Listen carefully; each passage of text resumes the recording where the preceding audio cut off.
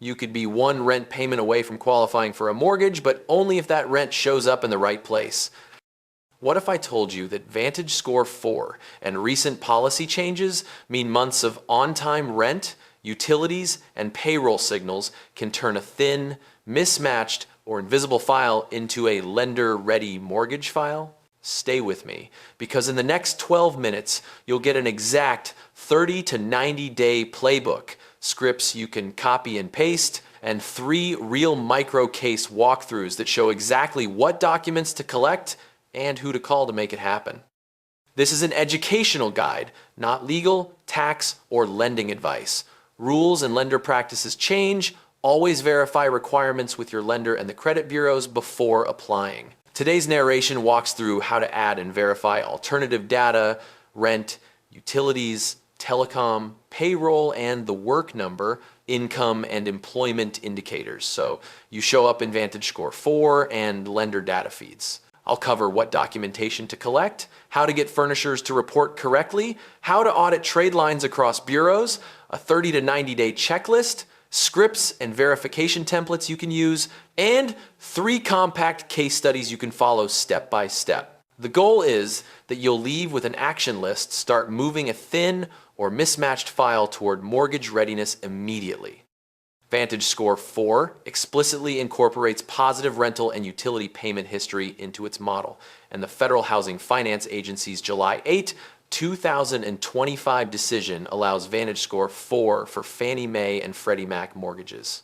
That's huge. VantageScore's work with partners suggests adding on-time rent payments could move nearly 4 million renters into a 620-plus score range, a common threshold for mortgage eligibility in many programs.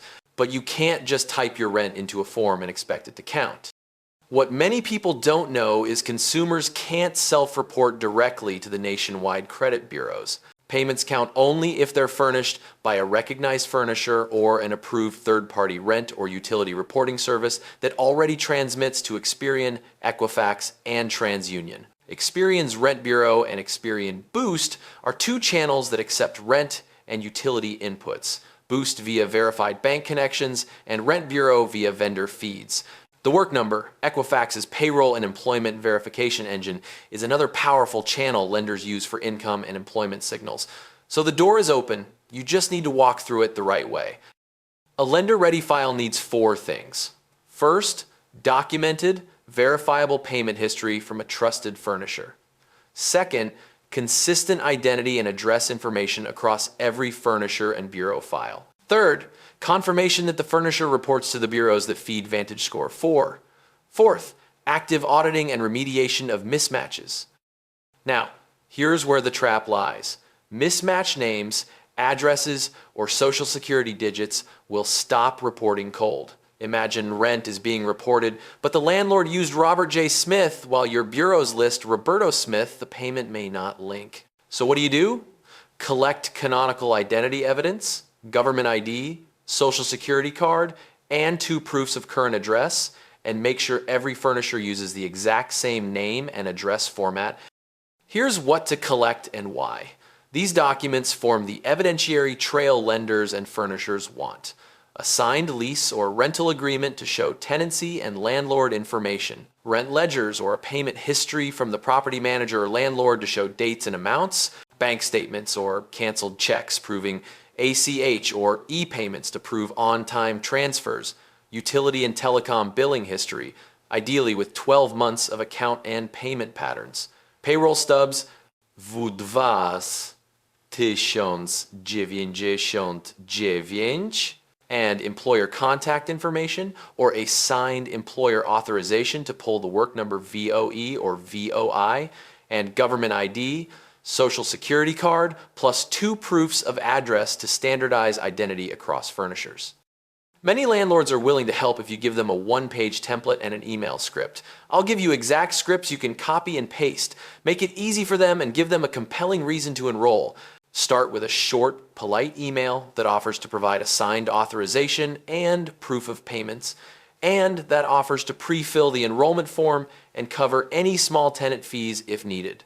If a landlord or property manager prefers not to enroll, ask for a rent ledger or a written confirmation of payment history you can use with a tenant-funded vendor or Experian Boost. For utilities or telecom, ask if they already furnish to the credit bureaus. If they don't, ask for a billing history you can use with a third-party reporting vendor. For employers, request a signed authorization to allow the work number or an employer payroll feed to be used for income and employment verification. Always follow up. Document every call, name, date, outcome, and send the documents they request immediately. That paper trail is your leverage if reporting stalls. Order your full consumer disclosure files from Equifax, Experian, and TransUnion and compare them line by line. Audit name variations and address formats and standardize them. Confirm SSN and date of birth accuracy. Review account types, open and close dates, balances, and most importantly, payment history. Identify which furnishers report to which bureau, because some vendors report only to one or two bureaus. If you find an omission or mismatch, contact the furnisher first.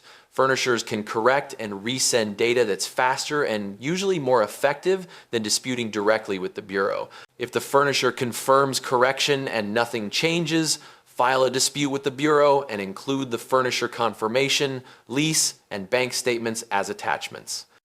Here's a concrete 30 to 90 day operational plan you can follow. Days 0 to 14. Collect documents your lease, 12 months of bank statements, utility bills, employer authorization, enroll in rent reporting or utility reporting services if available. Send landlord and employer scripts and capture confirmation. Days 15 to 45, confirm initial trade line postings and order updated credit reports. If trade lines aren't visible, escalate with the furnisher, ask for vendor transaction IDs, and file corrections. Document every step.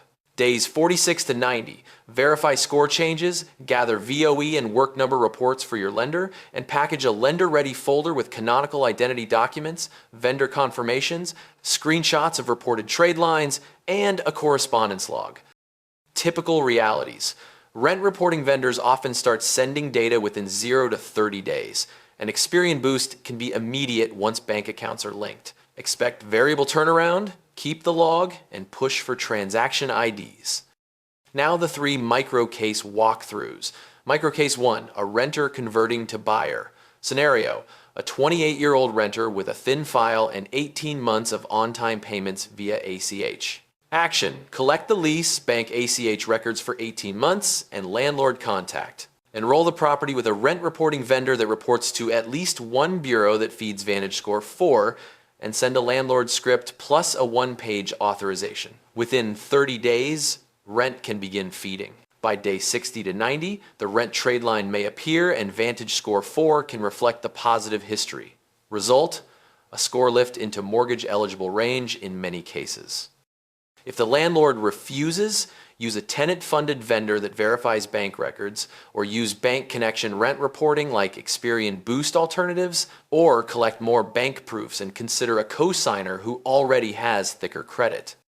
Microcase 2, self-employed or payroll using the work number. Scenario, a self-employed borrower who also has W-2 income from a part-time employer. Action, obtain employer authorization or payroll vendor details, request the employer code if the company participates in the work number, and order a VOE or VOI pull that lenders can use. Provide payroll stubs and bank deposits that match employer feeds. The work number holds more than 115 million employment records. If your employer uses it, lenders can verify income quickly. Result, lenders see an employment indicator and an automated VOE or VOI, reducing manual underwriting friction. Use this employer script when you contact HR. Hello, I'm applying for a mortgage and need an employment verification from the work number. Can you confirm whether our company participates and provide the employer code or allow an automated VOE? I can provide a signed authorization form, is less than #0,